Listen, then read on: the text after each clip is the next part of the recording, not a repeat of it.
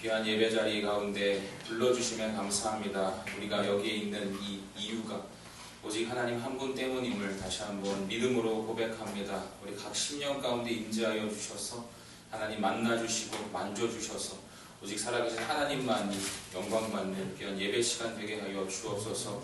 우리의 마음을 돌아보며 그리스도의 십자가의 보혈 의지하며 나아가오니 정결한 마음 주시고 깨끗한 마음 주셔서 이 예배를 통해서 하나님과의 친밀한 교제와 살아계신 하나님과의 교통이 일어날 수 있도록 인도하여 주옵소서. 손해의 가운데 중에 있습니다. 세세한 주의 말씀에 귀 기울이게 하시고 모든 수련의 순서마다 하나님의 사랑이 가득하고 그 진리 가운데 늘 거하는 우리 모든 청년들 되게 하여 주옵소서. 귀한 예물들이 손길이 있습니다. 이 시간 주께서 복 내려주시고 그 예물에 하나님께서 축복하여 주셔서 30배, 60배, 100배의 열매 맺는 귀한 예물 되게 하여 주옵소서. 이 시간 하나님의 말씀을 받기를 원합니다. 주께서 들려주시는 그 말씀이 우리 심령과 골수를 찔러 쪼개는 말씀 되게 하시고 우리의 자아가 깨어지고 죄를 회개하고 악에서 떠나며 오직 살아계신 진리 대신 예수 그리스도만을 향해서 온전한 믿음이 세워지는 역사가 있게 하여 주옵소서. 처음 시간부터 끝나는 시간까지 오직 성령께서 인도하시고 기름 부으시길 원하며 감사드리며 살아계신 예수 그리스도의 이름으로 기도합니다. 아멘. 하나님의 말씀 보겠습니다. 우리 계속 이어서 에베소서 6장 13절에서 17절 말씀.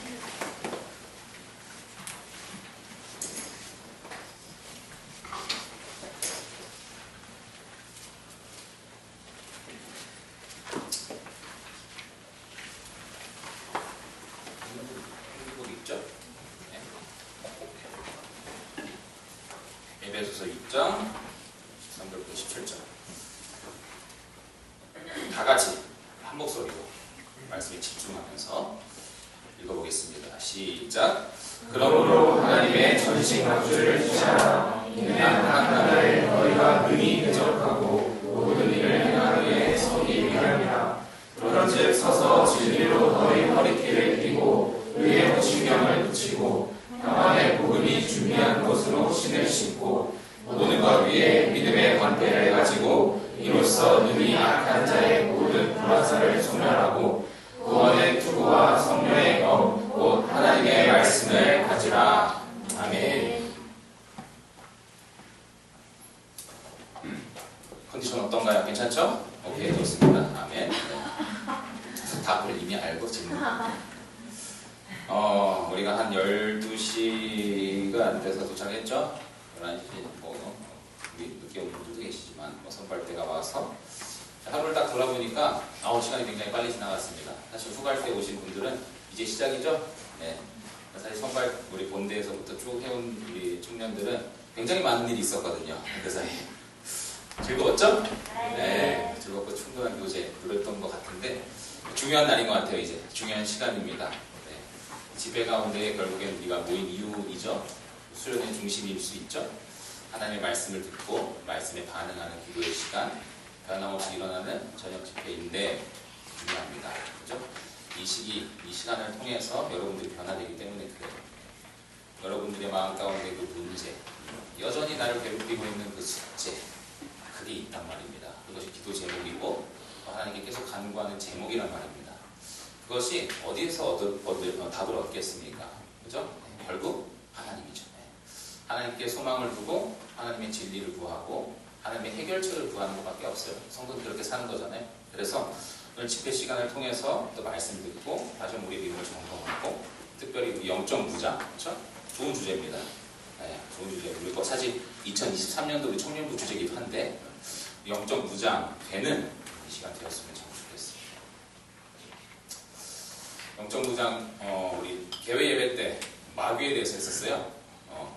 우리 본문이 이제 6장 10절부터 20절 이게 전체가 이제 우리 수련의 주제거든요. 그래서 개회 예배 때는 10절, 11절, 12절 3절 했고, 그리고 이제 저녁 집회 때 13절부터 17절까지 제목은 영적으로 무장하라 주제입니다.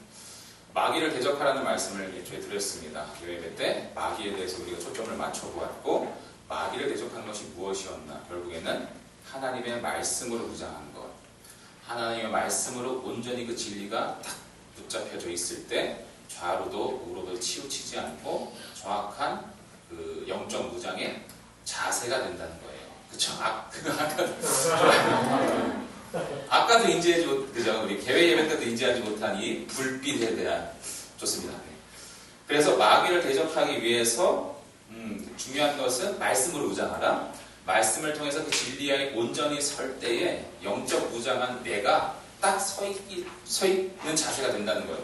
딱 서 있어야 뭘 할 수 있습니까? 전진할 수 있거든요. 그래서 말씀으로 진리로서 온전히 딱 무장하는 것, 바르게 서 있는 것이 마귀를 대적하는 첫 번째 길이다. 이 얘기를 했었어요. 이 말씀을 전했고, 오늘 본격적으로 영적 무장에 대해서 이제 이야기를 하려고 합니다.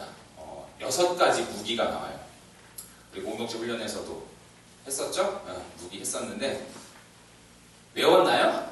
사실은 제가 그 공동체 훈련 준비한 이유는 무기 외우라고 한 건데 1, 2, 3, 4, 5밖에 기억이 안 나는 거예요. 사실 1, 1번이 뭐고 2번이 뭐고 이게 중요한데 좋습니다. 6가지 무기가 있단 말입니다. 뭐예요? 끝에 딱 나와요. 한번 훑어볼까요? 14절에 보시면 첫 번째 진리로 너희 허리띠, 함축하면 진리의 허리띠 이렇게 합시다. 그리고 두 번째 의의 호심경 있죠? 그 다음 15절에 평안의 복음이 준비한 것으로 복잡하니까 복음의 신, 깔끔하다 그죠? 16절 믿음의 방패, 17절 구원의 투구 성령의 검. 총 몇 개? 6가지. 이걸 무장하라는 겁니다. 군인이 떠오르죠? 좋아요. 군인이 뭐 여러 가지 무장했다, 6가지 무기를 장착했다, 뭐 이렇게 생각하면 좋을 것 같아요. 우리가 이렇게 무장하는 이유는 무엇입니까? 마귀가 있기 때문입니다. 마귀의 존재를 성도는 인지해야 됩니다. 제가 계속 강조드립니다. 마귀를 무시해서 안 됩니다. 강력한 믿음이 있다고요? 하늘을 날 것 같은 하나님과 함께함이 있다고요? 무시하면 안 됩니다. 마귀는 언제든지 우리를 유혹할 수 있습니다. 마귀는 생각보다가 아니라 진짜 강합니다. 마귀는 인격체라고 제가 말씀드렸습니다. 기억나죠? 마귀는 환상도 아니고요, 상징도 아니고 그냥 공포심도 아닙니다. 분위기도 아니에요. 마귀는 실존하는 인격체입니다. 하지만 영적인 존재이기 때문에 안 보일 뿐이에요. 그래서 인격체이신은 아니죠. 인격체인 마귀가 우리를 유혹하려고 대화하고 마음을 후벼 파고 이런 게 가능한 거예요. 왜요? 인격체니까. 그래서 마귀의 그 교활함과 그 오묘한 거짓됨이 무엇인지를 우리는 간파해야 한다는 뜻입니다. 제가 하나 예를 들게요. 잘생긴 남자가 선물을 줍니다. 관심을 갖습니다. 출퇴근길을 편안하게 하려고 차도 태워줍니다. 기념일도 잘 챙깁니다. 그의 주변 친구들에게도 잘합니다. 사랑입니까? 이게 질문하려고 했어요. 사랑입니까? 사랑입니까? 이 모든 것에 제가 말씀드린 이 문장은 어디에서 나온 거냐면 대기업에서 임원이 되기 위한 한 남자가 CEO에게 했던 행동입니다. 잘생긴 남자에게 선물을 줍니다. 관심을 갖습니다. 출퇴근길을 편안하게 하려고 차로 태워줍니다. 기념일도 챙겨줍니다. 친구들 주변 사람들에게도 잘합니다. CEO에게 잘 보이려고 하는 행동입니다. 제가 이 예를 왜 드리냐면 표면적인 것은 진정한 사랑이 아닐 수도 있다. 그렇죠?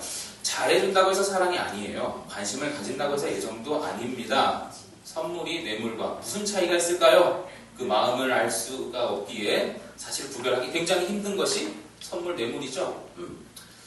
돼지의 입장에서는요, 주인이 참 좋은 사람입니다. 먹을 것도 주고 잘 재워주고 편안하게 뒹굴 수 있게 자유도 주고. 돼지의 입장에서는요, 주인이 참 좋은 분입니다. 주인은 무슨 생각합니까? 잡아먹을 날만 기다립니다. 그렇죠? 동상이몽이에요. 마귀의 존재를 생각할 때에 성도는 이면을 기억해야 돼요. 제가 말씀드린 이예요. 마귀는 간사합니다. 지능적입니다. 마귀는 충분히 우리의 믿음을 떨어뜨리기 위해서 좋은 것을 줄 수도 있습니다. 돈을 줄 수도 있고요. 기분을 좋게 만들어줄 수도 있습니다. 무엇을 위해서? 믿음을 떨어뜨리기 위해서요. 어찌 보면요, 좀 극단적인 예일 수 있지만 교회도 잘 출석하게 만들 수도 있습니다. 출석하게요. 마귀는 충분히 그럴 수 있습니다. 출석이라는 것에 포인트를 잡아서 하나님과의 관계에는 관심이 없어지게 만들 수도 있습니다. 마귀의 교활함입니다. 그래서 마귀는 무시할 수 없는 존재라고 제가 강조드리는 겁니다. 마귀는 인격체이기 때문에 머리가 상당히 좋습니다. 인류의 입장에서는 참 이 마귀가 골칫덩어리입니다. 마귀는 분명히 있어요.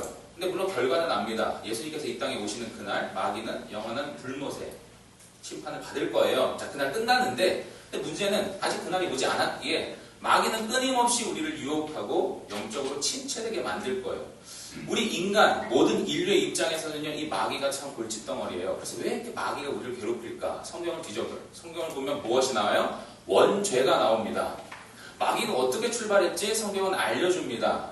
마귀가 가장 먼저 등장하는 성경이 무엇입니까?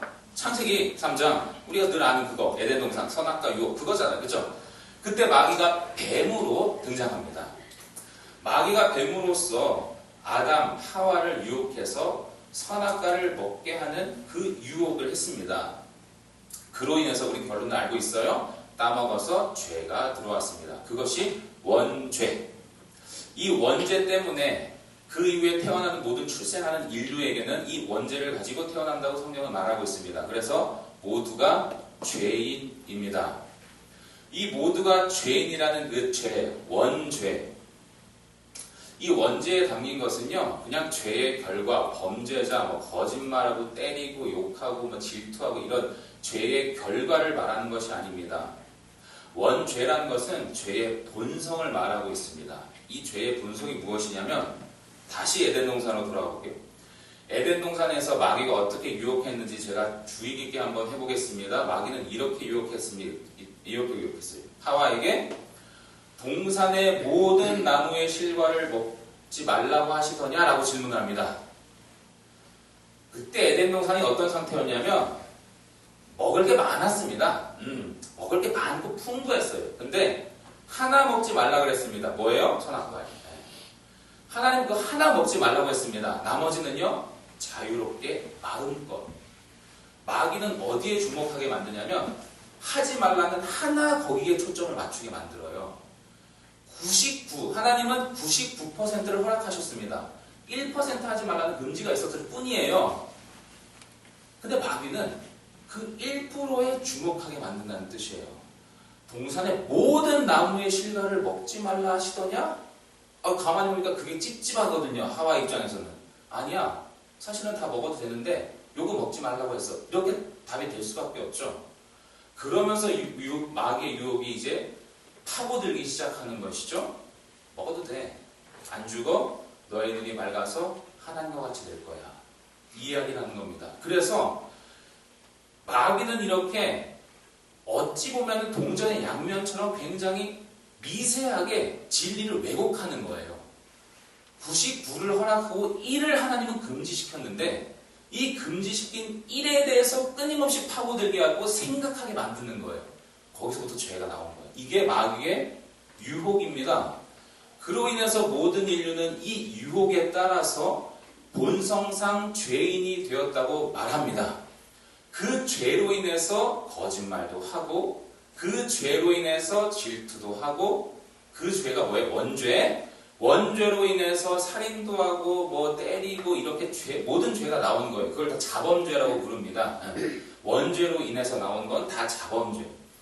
그래서 인류는 다 죄 아래 거했다고 성경은 말하고 있어요. 어떤 사람은 질문합니다. 그래도 인간이 죄인이요? 모든 인류가 죄인이라고요? 그래도 착한 마음 좀 있는 것 같은데 불쌍한 사람 보면 좀 도와주려는 마음도 동정심도 있고 그러지 않나요? 아기가 태어난 거 보면 이 아기가 무슨 죄가 있어요? 없는 것 같은데 아장아장 걸어가는 게 너무 기쁜데 무슨 죄인인가요? 본성상 죄인이라고요? 잘 안 와닿을 수 있어요. 좋습니다. 성경에서 말하는 죄인이라는 뜻은 죄를 짓는다는 뜻이 아닙니다. 성경이 이렇게 표현해요. 로마서에서 이렇게 말합니다. 모든 사람이 죄를 범하였음에 그 다음 뭐예요? 그렇지. 하나님의 영광에 이르지 못하더니라고 해요. 오묘하지 않습니까? 모든 사람이 죄를 범하였으면 뭐라 그래야 돼요? 거짓말한다. 모든 사람이 죄를 범하였으면 미워한다. 이렇게 해야 되잖아요. 모든 사람이 죄를 범하였음에 하나님의 영광 이런 얘기를 갑자기 왜 하는 거야? 이겁니다. 죄인은 절대 하나님을 기쁘시게 할 수 없다는 뜻입니다. 이게 본성상 죄인입니다. 어느 인류, 어떤 사람을 물어보세요. 하나님을 모르는 그 사람에게 하나님을 기쁘게 하고 있습니까? 없습니다. 절대 없습니다. 선행도 하나님을 기쁘게 하는 것은 아닙니다. 다른 이유가 있을 겁니다. 분명히. 세상과 모든 인류가 죄인된 이유는 바로 이것입니다. 하나님의 영광을 위해 살지 않는다는 것, 하나님과 동떨어진 것, 하나님을 기쁘게 하기 위해서는 살지 않는 겁니다. 이게 죄라는 거예요. 그 죄로 인해서 우리는 하나님의 진노를 받게 되었고 저주를 받게 되었습니다. 그 저주가 고통이요, 슬픔이요, 아픔이요, 질병이요. 죄의 결과가 그렇습니다. 마귀가 지금 짜놓은 프레임이 보이십니까? 마귀의 유혹에 따라서 모든 인류를 죄악에 빠지게 하고 하나님과의 관계를 끊어버리고 하나님을 기쁘게 하는 것을 하지 못하게 막습니다. 그로 인해서 모든 인류는 고통받고 있고 사망에 처해 있고 아프고 질병에 걸리고 마음에 울적하고 이런 거 다 전부 다 몰아넣어가지고 결국에는 지옥을 향해 가게 만드는 악한 사탄, 공중의 권세 잡은 자, 이거예요. 이 마귀는 사실 죄를 우리에게 주입한 건 아닙니다. 에덴 동산에서 하와에게 죄를 억지로 넣었습니까? 그러진 않습니다. 유혹했습니다. 유혹했다는 뜻은 사람이 그것을 듣고 판단할 수 있었습니다. 그렇죠? 분명히 마귀로 인해서 원죄가 왔고 모든 인류가 멸망에 처하는 이 비참한 상태이지만 마귀를 탓할 수는 없습니다. 나의 죄 때문에 지옥 가는 거예요. 나의 죄 때문에 사망에 처하는 겁니다. 왜 이렇게 말할 수 있습니까? 마귀는 유혹합니다.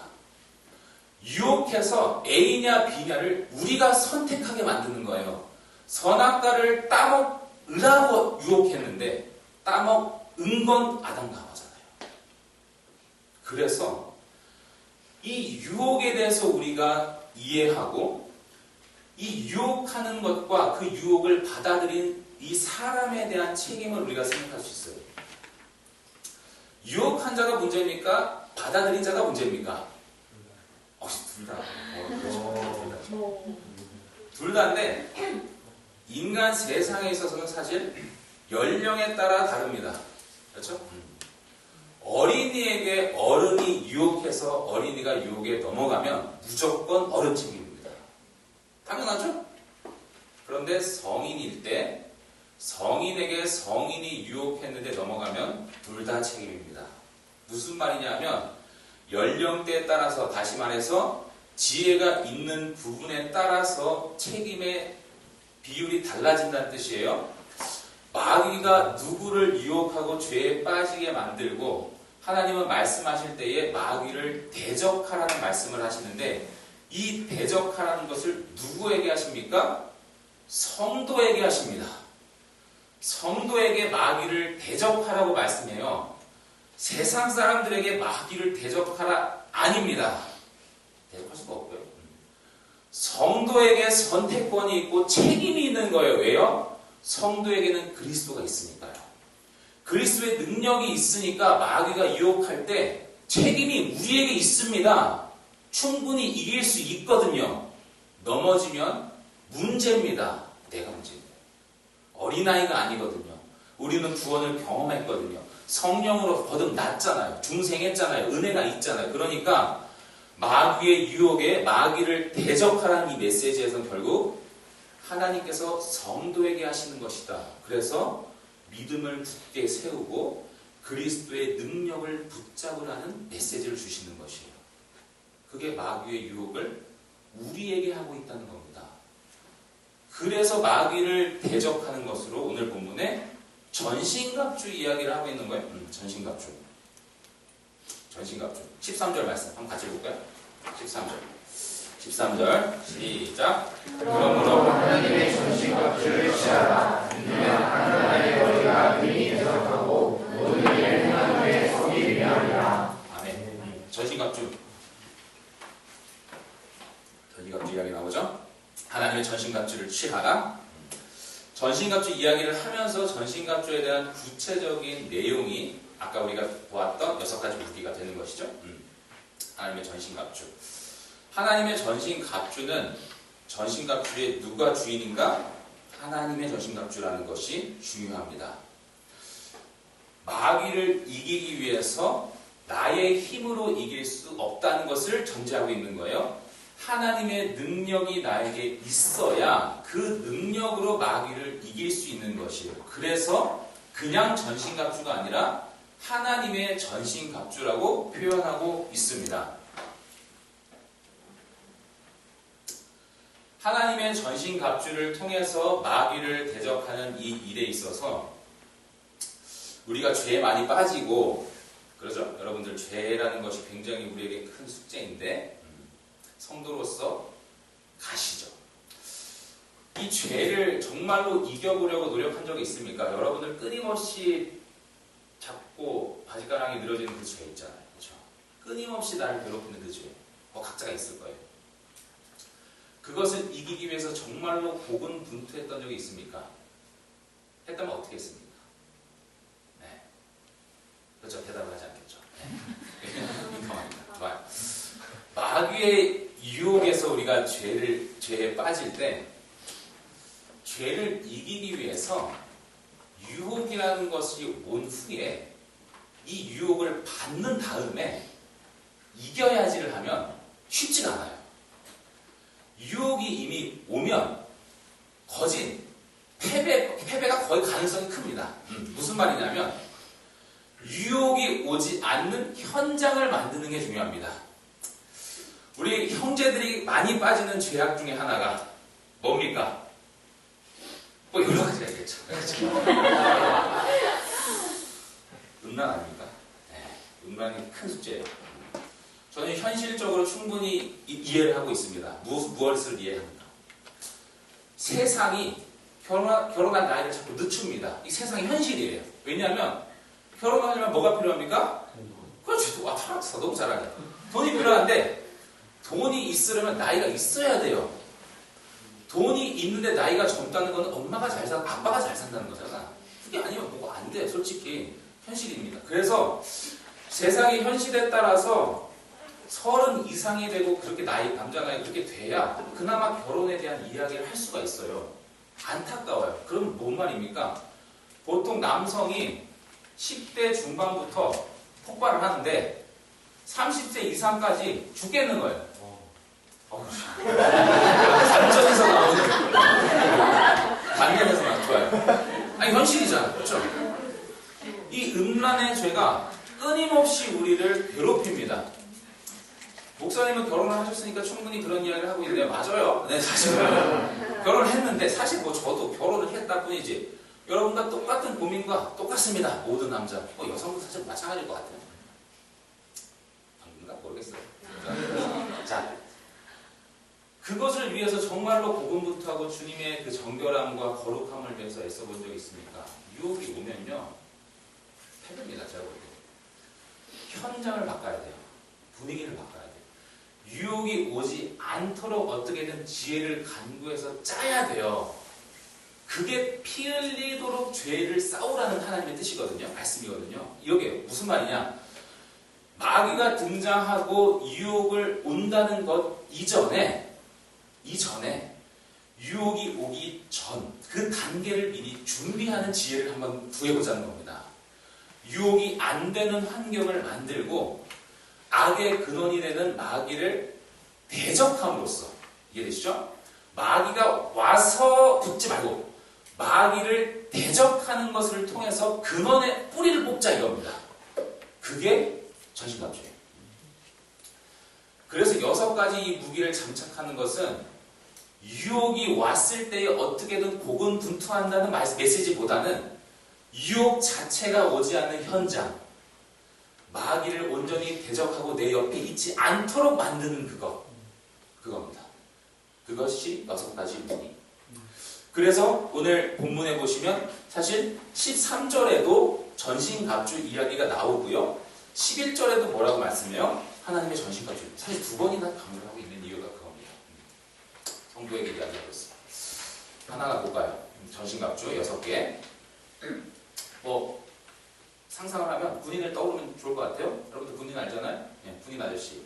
자, 그 군인을 떠올렸을 때에 오늘 6개의 무기를 좀 우리 세부적으로 보고자 원하는데 먼저 방어할 수 있는 무기가 있습니다. 뭐가 있어요? 방어할 수 있는 거? 혹시 3개 있어요. 정확해요. 순서상 보자면 호신경, 그죠? 14절에 의의 호신경, 그리고 16절에 믿음의 방패, 17절에 구원의 투구 나옵니다. 상상하세요. 이제 상상을 해야 돼요. 여러분 머릿속에. 머리에 뭐 썼어요? 투구 썼습니다. 뭘 막는 거예요? 아니 내 신체 뭘 막는 거예요? 머리 막는 거예요. 그리고 뭘 장착했어요? 호신경. 아까도 뭐 질문했는데 호신경은 이게 마치 방탄조끼 비슷한 거예요. 갑옷 같은 거. 심장을 보호하는 거라고 생각하면 됩니다. 여기 호신경 붙였어요. 그 다음 뭐예요? 방패 들고 있어요. 이 방어 무기 세 가지 딱 들고 있는 거예요. 방어 무기 세 가지라는 것은 마귀가 어디를 공격한다는 뜻입니까? 그 방어 무기가 있는 곳을 공격한다는 뜻입니다. 왜 머리에 툭을 써요? 머리를 공격하니까. 왜 심장을 막아야 돼요? 심장을 공격하니까. 사실 공격해서 사람을 죽이기 위해서 전쟁 칠 때 급소를 찌는 게 가장 강력하죠. 또 팔 자르고 다리 자르고 아프게 하다 언제 죽일 거야, 그렇죠? 아프긴 하겠다. 근데 머리, 그죠? 헤드샷하고 심장은 끝이에요. 한 번에 죽이는 방법은 머리와 심장입니다. 머리와 심장은 당연히 중요하다는 뜻입니다. 근데 이 머리와 심장, 좀 더 구체적으로 보면 심장을 찌르면 왜 죽어요? 아니 왜 죽냐고. 그치. 뭐 그런 거잖아. 심장을 찌르면 피에 대한 것이, 그러니까 혈액순환이 안 되는 거예요. 순환을 막고 결국 육체를 죽이는 겁니다. 심장은 육체를 죽이는 거예요. 자, 육체라는 단어 기억하세요. 그리고 머리는요, 머리가 총상을 받으면 왜 죽어요? 뭐가 죽은 거예요, 사실은? 내가 죽은 거예요. 자아가 죽은 거예요. 이해가 되나요? 네. 머리를, 사실 자살하려는, 자살 많이 생각하면, 군인들이 자살할 때 어디 총 씁니까? 머리에 쏴요. 심장에 왜 심장 쓰는 거 본 적 있어요? 심장에 안 쏘죠? 근데 심장 쓰면 어떻게 할 것 같아요? 아플 것 같아. 맞아, 아플 것 같잖아. 심장 쓰면 아플 것 같아. 좀 아프다가 죽을 것 같잖아. 근데 머리 쏘면 한 방이야. 그죠? 쏘는 순간 내가 없잖아. 안 아플 것 같지 않아? 몰라서 나도 모르겠는데 느낌이 그렇잖아. 심장은 아플 것 같아. 근데 머리는 아프지 않습니다. 쏘는 순간 없어져요, 내가. 그러니까 머리를 쏘잖아요. 무슨 말이냐면 머리는 나입니다, 나. 자아예요, 자아. 심장은 육체, 머리는 영혼. 나의 정체성에 달려있는 거예요. 마귀가 머리를 공격하고 심장을 공격하는 것은 바로 이겁니다. 육체에 대한 것을 무너뜨리려 하고 영혼을 갉아먹겠다는 뜻입니다. 너의 모든 것을 내가 제압해버리고 싶어. 너의 영과 육을 말이야. 그게 바로 마귀의 그 공격 패턴이에요. 급소 공격, 우리 입장에서. 근데 머리와 심장을 공격하는데 머리에 뭐를 썼대요? 구원의 투구를 썼다 그럽니다. 구원이라는 것이 뭔가 중요해 보이죠. 맞죠? 이제 좀 논리가 이해가 됩니까? 왜 이렇게 말씀을 기록했는지. 머리는 자아입니다. 영혼입니다. 내가 있는 정체성을 말하는 거예요. 그러니까 구원과 관련되어 있는 겁니다. 마귀는 끊임없이 구원에 대해서 질문할 겁니다. 너 예수님 믿는 사람 맞아? 끊임없이 정죄할 겁니다. 너 지옥 가는 거잖아. 너 죄 짓잖아. 교회 생활 한다고 성도냐? 이런 것으로 끊임없이 우리를 속이고 유혹하는 것이 마귀입니다. 구원에 대해서 헷갈리게 하려는 거예요. 왜요? 내 삶이 사실은 구원받은 사람이 아닌 것 같거든요. 이걸 보여주면서 너 구원받은 자 아니야. 너의 정체성을 내가 어그러뜨리고 싶어. 너의 자아를 깨 부숴버리고 싶어. 너의 머리 말이야. 너의 영혼 말이야. 그래서 하나님은 뭐를 쓰래요? 구원의 투구를 장착하래요. 구원에 대한 확신을 가지라는 뜻입니다. 그리스도를 믿습니까? 그리스도가 나의 주인임을 고백합니까? 걱정하지 마십시오. 성도입니다. 이거예요. 근데 마귀는 아니라니까 라고 자꾸 이야기하는 거예요. 너의 삶은 아니잖아. 웃기지 마. 지금 예배 드린다고 구원받. 자꾸 이런 식으로 하는 말씀은 계속 뭐라 그럽니까? 너는 성도야. 넌 예수 그리스도와 함께하는 하나님의 자녀야. 끊임없이 확신을 주는 겁니다. 뭘 써요? 구원의 투구를 쓰십시오. 정체성을 분명히 하시라는 뜻입니다. 내가 누군지, 나의 영혼이 어디에 소속되어 있는지, 내 생명이 어디로 향하고 있는지 천국이잖아요. 그것을 확실하게 잡고 있으라는 거예요. 그게 구원의 투구. 의의 호심경, 심장. 심장은 육체와 관련되어 있다고 했습니다. 우리의 육체, 우리의 몸을 걸고 넘어져요. 질병을 주고 우리를 아프게 할 수도 있고요.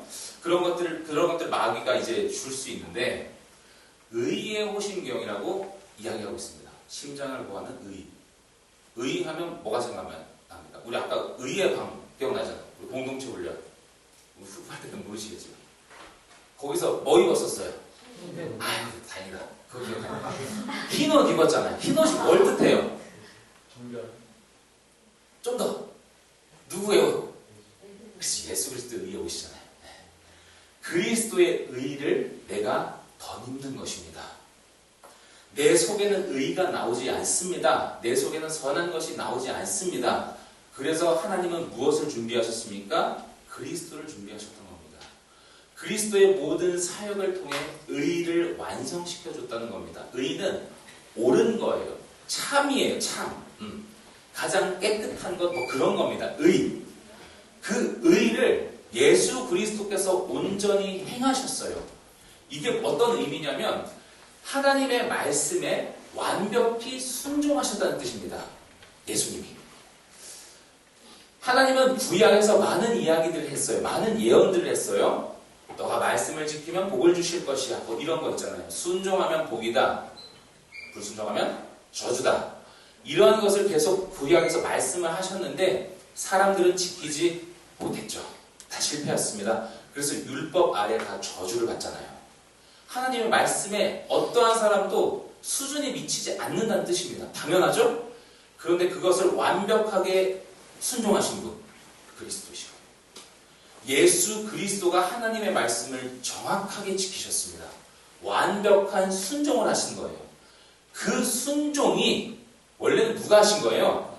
예수님이 하신 거잖아요. 그래서 누가 의로운 거예요? 예수님이 의로운 거잖아요. 그런데 그 예수님의 의를 성도인 우리에게 옷으로 입혀줬다는 뜻입니다.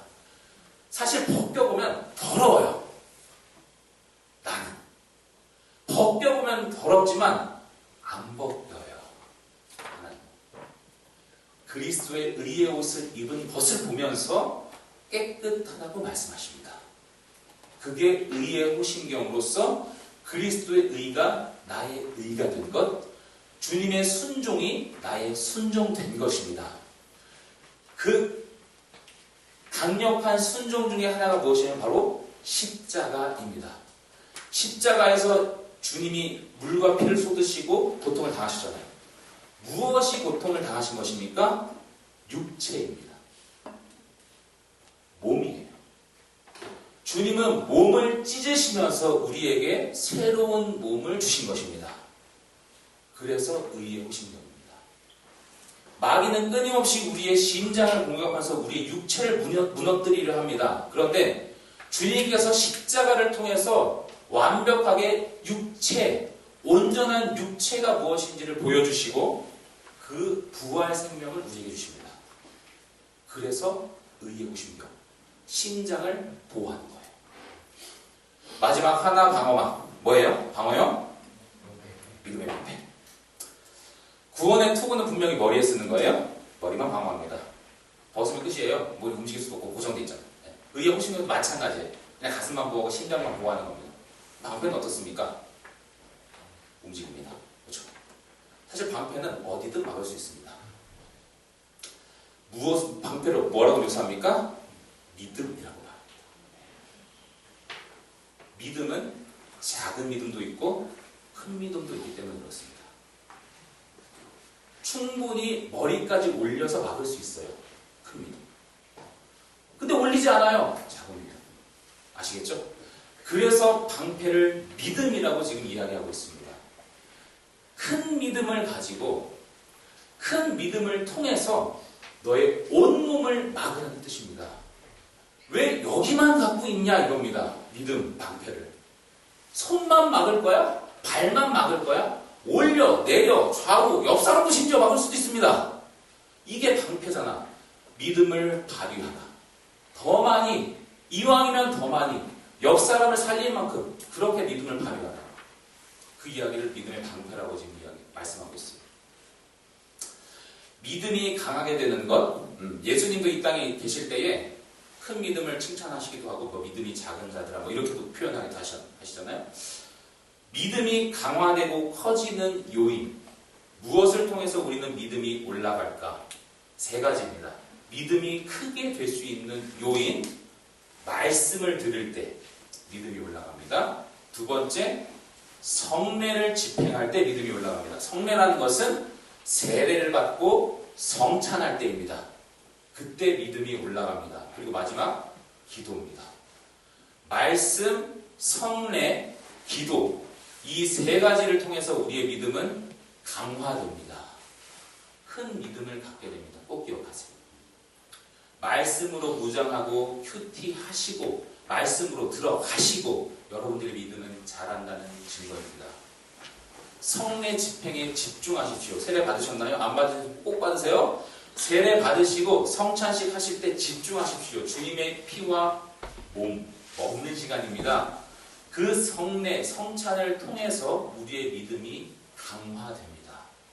그리고 기도하세요. 기도의 자유에 하나님의 은혜가 부어질 때에 우리의 믿음이 강화됩니다. 이것이 믿음의 방패. 더 많이 말씀에 주목하시고 더 많이 기도하셔서 옆 사람도 막는 믿음이 되었으면 좋겠어요. 공동체 전체를 막는 믿음도 가졌으면 더 좋겠어요. 그렇죠? 방패는 제한이 없습니다. 뛰어가서 막으면 되잖아. 그렇지? 그게 방패입니다. 공격력 무기, 이제 방어 3개 다 했어. 공격력 무기 하나죠. 뭐예요? 뭐예요? 성령의 검. 검인데 성령의 검이라고 이제 묘사를 하는데, 사실 에베소서에서 1장부터 2장 쭉 올 때 성령 이야기를 사실 했었어요. 바울이.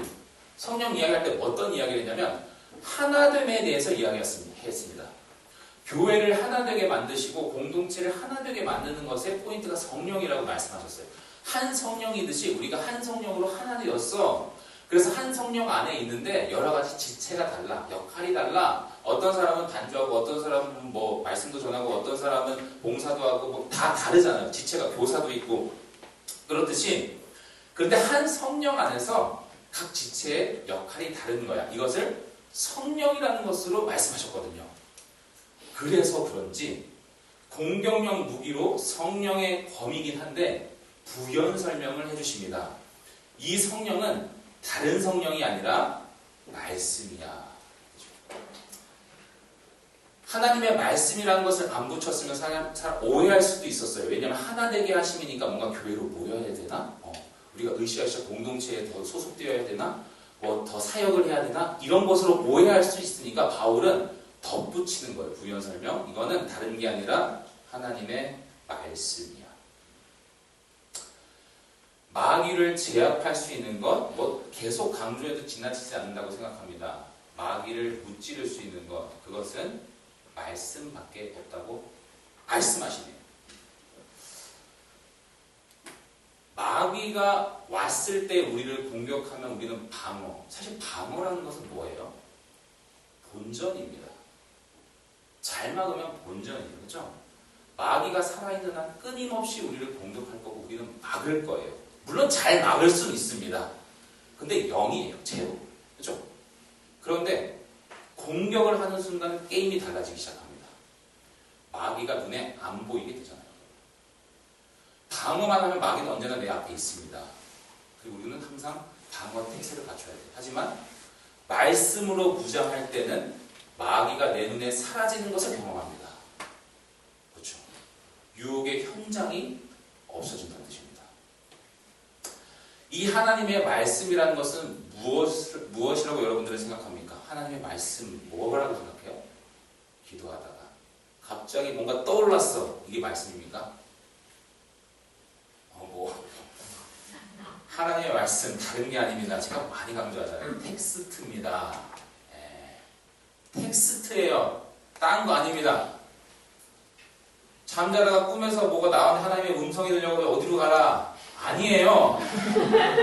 뭔가 홀리하고 몽환적이고 환상을 보고 묘한 목소리가 속삭이고 아닙니다. 하나님 말씀 아니에요. 속지 마세요.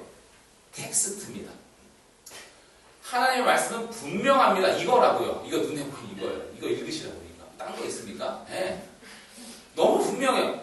하나님의 말씀을 무장하세요. 뭡니까? 성경 읽으세요. 딴 거 하지 마시고 이거예요. 근데 이게 진짜 능력이 있어요. 이걸 경험하셨으면 좋겠다는 거예요. 말씀의 능력. 이 흰 것은 그냥 종이고 까만 글자고 잉크가 묻은 것 같지만 읽어서 이게 내 삶을 변화시키는 경험이 진짜 있다니까요. 큐티 매일 하시는 이유가 그겁니다. 큐티 해가지고 하나 말씀 붙잡으세요. 분명히 말씀을 통해서, 자, 말씀을 통해서 주시는 메시지가 있단 말입니다. 회개 이런 게 있을 수 있고, 너 그렇게 살지 마 있을 수도 있고, 사랑해야지, 섬겨야지, 교회 가야지, 화해해야지 이게 있을 수 있잖아요. 그 말씀이 텍스트를 통해 왔잖아요. 그게 하나님의 말씀이에요. 그걸 붙잡고 살았을 때 놀라운 일이 발생합니다. 이게 말씀의 능력이에요. 그게 여러분들에게 말씀의 능력으로 체험이 되었으면 좋겠다는 거예요.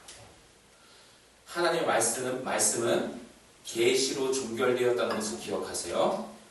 다른 데 기웃거리지 마시고 사도행전 29장 그런 거 어디 있어요? 들어봤어요 혹시? 사도행전 사도행전 28장까지 있어. 뭔 얘기인지 지금 눈빛이. 사도행전 28장까지 있습니다. 그런데 어떤 성교 단체에서 사도행전 29장을 말하면서 성경을 더 쓰자, 우리는 뭐 더 나고 이런 거야, 뭐 쉽게 말하면. 성경을 더 쓰는 거 없잖아. 그런 거 없어. 계시로 종결됐다고요. 더하거나 빼거나 저주가 임할진다. 요한계시록에서 말씀하시잖아요. 이 텍스트 66권의 성경이 여러분들의 삶에 정말로 녹아들고 말씀을 무장하시라고요. 읽으시라고요. 마귀를 몰아낼 수 있는 무기는 뭐밖에 없다? 하나님의 말씀. 방어용, 현금용. 끝났나요? 나머지가 있습니다. 뭐야 얘는, 그렇죠? 방어하고 찌르면 끝날 것 같은데 나머지가 필요합니다. 생각해보세요. 마귀를 죽이는 게 목적입니까? 우리의 목적이? 마귀를 없애는 게 목적이에요? 아닙니다. 마귀의 유혹에 벗어나고 마귀를 대적하려는 궁극적인 이유가 있습니다. 그게 뭐예요? 전진하기 위함입니다. 마귀를 없애는 게 우리의 목적이 아니에요. 우리는 마귀의 유혹을 벗어나서 전진하는 게 목적이에요. 그래서 마지막 두 개가 뭡니까? 허리띠와 신발 전진이잖아요. 군인이 허리띠를 장착하지 않는 순간은 걸어갈 수가 없습니다. 흘러내려서. 그러니까 이동용을 지금 두 가지 말하고 있는 거예요. 이동할 수 있는 것으로서 진리의 허리띠, 복음의 신발을 말하고 있습니다. 마귀의 공격으로부터 방어하고 마귀를 심지어 말씀으로 무찌르고 그렇게 내 눈앞에서 사라지게 만들었다면 뭐 해야 됩니까? 가야죠. 그냥 환호만 하고 있을 겁니까? 승리에 자축하고만 있을 겁니까? 아니잖아요. 우리는 나가는 겁니다. 뭘로 나가라? 허리띠와 신발. 뭘로 묘사하고 있어요? 허리띠는 뭐예요? 진리로 나가는 거예요. 신발은 뭘로 나간다고요? 복음으로 나가는 거예요. 진리가 무엇입니까? 내가 곧 길이요 진리요 생명이니. 누가 하신 말씀? 예수 그리스도를 힘입어 나가는 거. 사실 복음이나 진리나 똑같은 거죠. 예수 그리스도, 내 안에 계시는 그 정말로 복음, 참, 진리를 가지고 세상으로 나아가는 겁니다. 거기서 진짜 성도의 삶이 무엇인지 보여주라는 겁니다. 복음으로 정복하고 복음으로 영향을 끼치고 예수로 여러분들의 삶이 물들도록 만들라는 겁니다. 이동해서요. 마귀를 이겼다고 승리하면서 만세만 부르지 말고 나가는 겁니다. 삶의 현장으로. 그래서 이동용으로 두 가지를 이야기하고 있는 거예요. 진리와 복음. 우리는 다른 것을 위해 사는 것이 아닙니다. 하나님의 영광을 위해서. 그 하나님의 영광은 어디에 있습니까? 그리스도를 전하는 데 있습니다. 그리스도를 나타내는 데 있습니다. 이 전하고 나타내는 것이 이 말만 들으면 뭔가 나가서 노방전도를 한다든지 옆 친구는 아니고 뭐 어떤 사람 옆에 찔러가지고 죄인인 뭐 이런 식으로 전도 들이밀고 이것만을 생각하는 게 아닌 거 알죠? 네. 여러분들의 삶에 선한 영향력을 끼치라고요. 세상 사람들이 여러분들을 볼 때 다르구나를 느끼라고 하는 겁니다.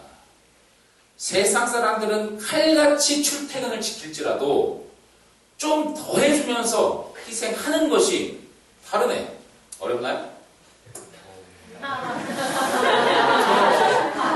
이해합니다. 그러나 방향성을 갖자고요. 방향성을 갖는 것과 이건 아니지 다르잖아요. 안 되면 다시 하면 되지. 그걸 해요.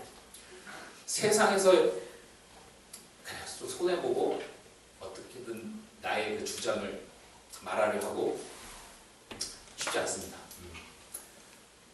그것이 나의 마음을 사실 아프게 하는 거거든요. 내가 손해보는 것이 그냥 남 좋은 거 이상으로 내가 아픈 경우가 많습니다. 그래서 사실 이 말씀대로 산다는 것이 쉽진 않아요. 그런데 방향성은 갖자 이겁니다. 회사에 다니십니까? 학교에서 공부를 하십니까? 어디서 무엇을 하십니까? 거기서 정말 그리스도인으로서 참된 모습을 보여주시는 겁니다. 세상 사람들이 여러분들을 봤을 때 다르구나 이거예요. 다르네. 이 다르네라는 세 글자에 많은 게 들어있을 것 같아요. 그걸 느끼도록 만드는 겁니다. 그게 복음을 전하는 겁니다. 선한 영향력. 이 6가지가 뭐라고요? 전신갑주. 전신갑주. 6가지가 사실 무기장착한 건데 이것을 전신갑주라는 용어로 통일하고 있어요. 전신갑주가 뭐예요? 전신갑주? 전신에 갑옷을 입었다는 뜻입니다. 그러니까 전신갑주는 공격과 방어로 굳이 나누자면 어디에 기울어요? 방어에 기울어요. 사실은 갑주라니까. 전신갑주. 갑옷은 공격한 게 아니잖아.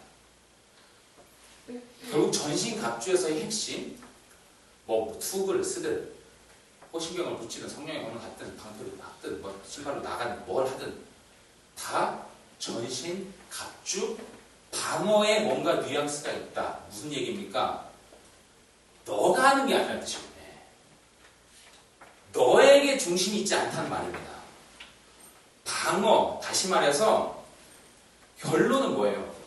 예수님께서 하신 전신갑주, 주님이 이루신 전신갑주, 주님이 주인공이 되셔서 이미 주체적으로 하셨어요. 그것을 입으라는 뜻입니다. 그래서 전신갑주가 마치 방어적으로 이야기하는 뉘앙스가 그 이유 때문에 그렇습니다. 내가 하는 게 아니에요. 믿음이 나의 믿음입니까? 나의 결단이에요? 아니라니까요. 하나님이 주시는 게 믿음입니다. 구원이 나의 믿음입니까? 내가 교회 나오니까 그게 구원입니까? 하나님이 하신 겁니다. 의도 마찬가지예요. 진리, 복음 다 마찬가지죠. 성령 정말 그 내가 그쵸. 다 하나님이 하신 거예요. 그래서 전신갑주는 하나님의 것이고 전신갑주를 마치 내가 있는 것으로 착각하지 말고 하나님을 의지하는 겁니다. 예수 그리스도께서 행하신 전신갑주를 내가 입는 거예요. 주님이 다 하셨어요. 이미 다 하셨어요. 어떻게 하셨는가? 구원의 투구. 구원의 투구를 통해서 머리잖아, 머리. 예수님은 이 머리와 어떤 연관이 있을까? 성경에 그런 표현이 있어요. 사단의 머리를 부숴버리신 예수 그리스도. 그래서 구원의 투구가 머리에 있는 이유는 예수님이 사단의 머리를 부쉈기 때문입니다. 주님이 먼저 구원의 투구의 근거가 되는 겁니다. 의의 호신경. 아까도 이야기했죠? 그리스도가 의로 먼저 옷을 입은 겁니다. 하나님의 말씀을 완벽히 순종하셔서 주님이 의의 옷으로 입으시고 그 의를 우리에게 입혀주는 겁니다. 의로우신 게 내 겁니까? 주님 겁니다. 성령의 검, 하나님의 말씀. 제가 개회 예배 때도 이야기했잖아. 요한복음에서 뭐라고 말합니까? 말씀이 육신이 되어 우리 가운데 거하셨다. 말씀 그 자체 그리스도. 하나님의 말씀이 누굽니까? 그리스도이셔요. 성령의 검 다른 것이 아닙니다. 그리스도. 진리의 허리띠, 내가 곧 길이요 진리요 생명이니 그 진리의 허리띠 예수 그리스도의 것입니다. 복음의 신발, 그 복음도 예수 그리스도를 전하는 것, 예수 그리스도께서 다 행하신 것, 6가지 무기가 다른 것이 아니라 이미 주님께서 완성하시고 성취하신 무기입니다. 내게 아니에요. 겸손하게 우리는 나아가야 합니다.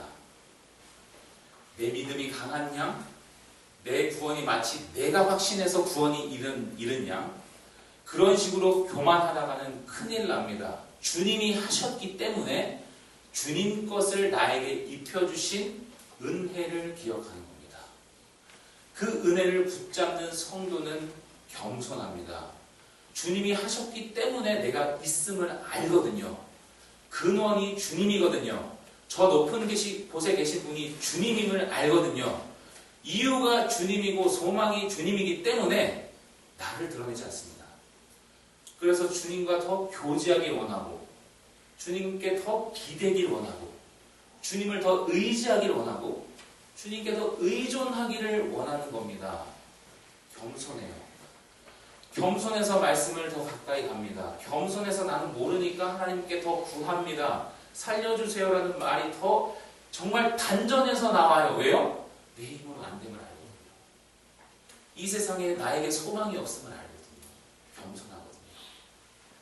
이게 전신갑주를 입은 성도의 모습입니다. 그래서 악에서 떠납니다. 죄를 이기려 합니다. 삶을 조정합니다. 거룩하게 만들려고 합니다. 안 되죠? 그래도 일어나서 또 합니다. 왜요? 전신갑주는 하나님의 것임을 알거든요. 나에겐 소망이 없음을 인정하거든요. 끊임없이 그리스도에 달라붙으려고 애쓰는 거예요. 주님께 붙는 게 이기는 일이거든요. 주님께 딱 달라붙어 있어야 그게 승리거든요. 영적 무장이 무엇인지 보이십니까?